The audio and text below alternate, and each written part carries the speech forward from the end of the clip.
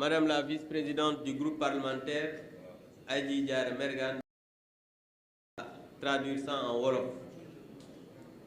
Et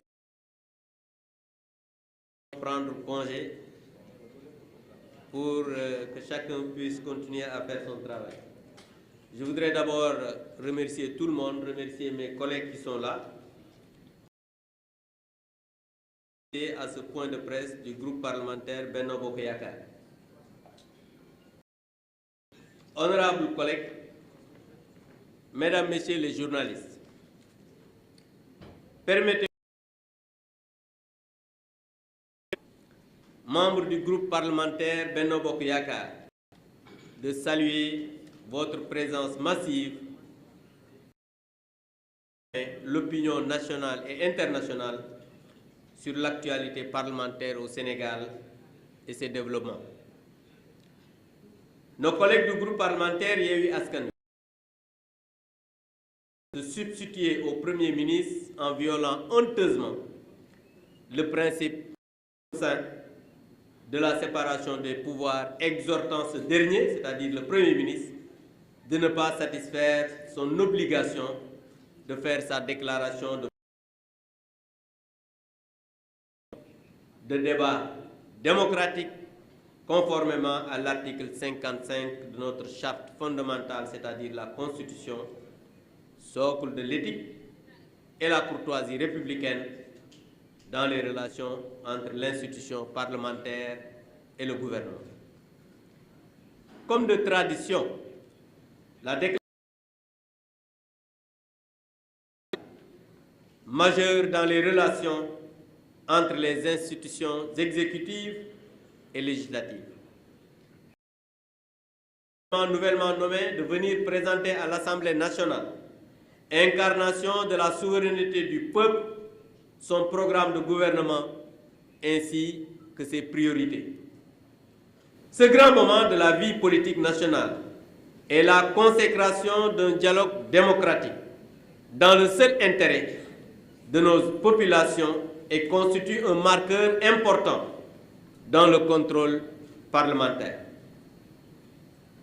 Elle est aussi l'expression d'une belle marque de respect à l'égard du peuple sénégalais, représenté par ses députés qui saisissent cette opportunité pour comprendre et enrichir au besoin les orientations et les actions que le gouvernement, sous l'impulsion de son nouveau Premier ministre, entend mener au service de nos populations. Hélas, c'est dramatique de constater que des députés supposés représenter le peuple essayent par des subterfuges grotesques d'exonérer le chef du gouvernement d'un tel exercice qui renforce l'exigence de transparence, consolide la vitalité démocratique et matérialise l'attachement du gouvernement et de son chef à l'état de droit et aux valeurs républicaines. Les tristes porteurs de cette invite à la forfaiture invoquent le règlement intérieur de l'Assemblée nationale qu'ils qualifient de faux, ils ont fermé totalement les yeux sur l'article 55 de la Constitution qui stipule très clairement, après sa nomination, le Premier ministre fait sa déclaration de politique générale, on n'a pas dit peut ou bien doit, mais on dit fait.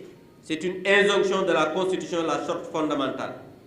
Devant l'Assemblée nationale, cette déclaration est suivie d'un débat qui peut, à la demande du Premier ministre, donner lieu à un vote de confiance. Le prétexte d'un faux règlement intérieur ou d'un vide juridique sur les délais de la déclaration de politique générale est simplement fallacieux et indéfendable pour des raisons ci-après que je vais énumérer. D'abord, la disposition constitutionnelle s'impose au Premier ministre, obligatoire. En l'absence de délai exprès, c'est le délai raisonnable, meilleur délai, qui s'applique. La jurisprudence du Conseil constitutionnel sur l'organisation de l'élection présidentielle en mars est là. Vous tous, vous étiez là.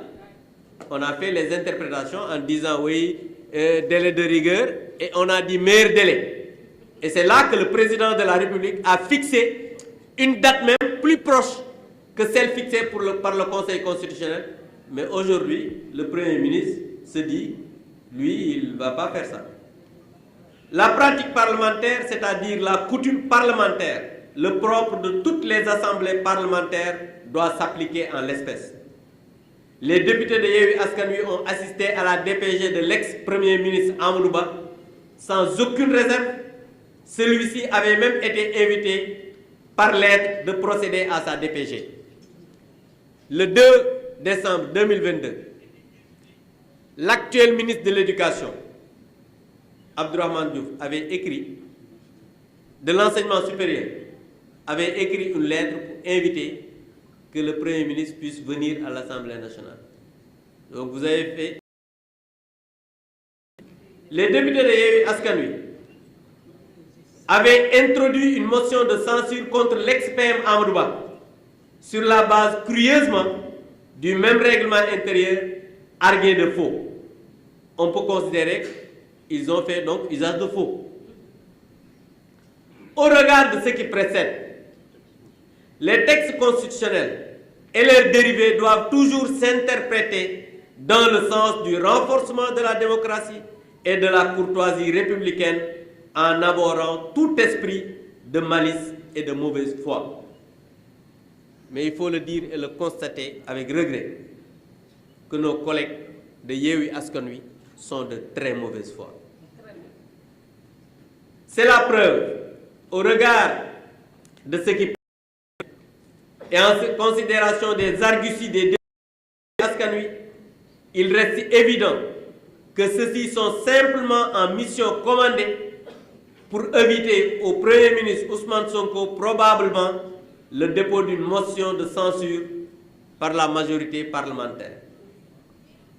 C'est la preuve d'une absence de courage politique adossée à une stratégie de fuite en avant. Cette débandade honteuse et injustifiée ne sera pas cautionnée par la majorité parlementaire qui exige, et je dis bien nous exigeons, la présence du Premier ministre pour faire sa déclaration de politique générale, sauf à vouloir s'inscrire personnellement dans une logique de défiance des institutions démocratiques comme à ses habitudes d'opposant. Je rappelle que le Premier ministre lui-même, Ousmane Sonko, en Conseil des ministres du 5 juin 2024, vous pouvez lire encore le communiqué, il avait dit, c'est lui-même qui annonçait, je le cite, les préparatifs de sa déclaration de politique générale devant l'Assemblée nationale prévue au cours des prochaines semaines. C'est lui-même qui l'a dit, consigné dans le communiqué du Conseil des ministres du 5 juin, vous pouvez vérifier ça. Les députés de Sonko n'avaient certainement pas accordé leur violon avec le commanditaire de ce scandaleux point de presse. Parce qu'il faut le dire, ils ont arrêté d'être des députés de la République, ni des députés des populations, mais c'est des députés de Sonko, du Premier ministre. En tout état de cause, les députés du Sénégal que nous sommes, en adéquation avec tous les autres collègues avec qui nous partageons les valeurs démocratiques et républicaines, prenons en rappelant solennellement à M. Ousmane Sonko son devoir constitutionnel de se présenter courageusement devant les représentants du peuple pour décliner sa déclaration de politique générale. S'il en a, bien sûr, parce qu'on ne sait même pas s'il en a, parce que comme le projet n'existe pas, peut-être il n'y a pas de DPG. Tireront toute dérobade comme une forfaiture et en tireront toute. Nous allons en tirer toutes les conséquences de droit. Appelons le président de l'Assemblée nationale à engager sans délai une clarification de la situation avec le pouvoir exécutif afin d'obtenir communication de la date fixée pour la déclaration de politique générale. utiliseront, je dis bien enfin, utiliseront toutes les ressources légales et constitutionnelles par le mépris, la défiance, par le... Je voudrais terminer par dire que tout à l'heure,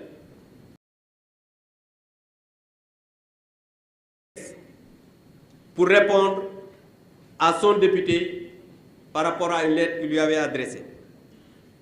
Mais face à ce qui, après, par une volonté délibérée, à la règle constitutionnelle de responsabilité du gouvernement devant l'Assemblée nationale, le groupe parlementaire Benno Bokk Yakaar que je préside a enclenché une réflexion de réforme tendant à supprimer les articles qui permettent au président de la République de dissoudre l'Assemblée nationale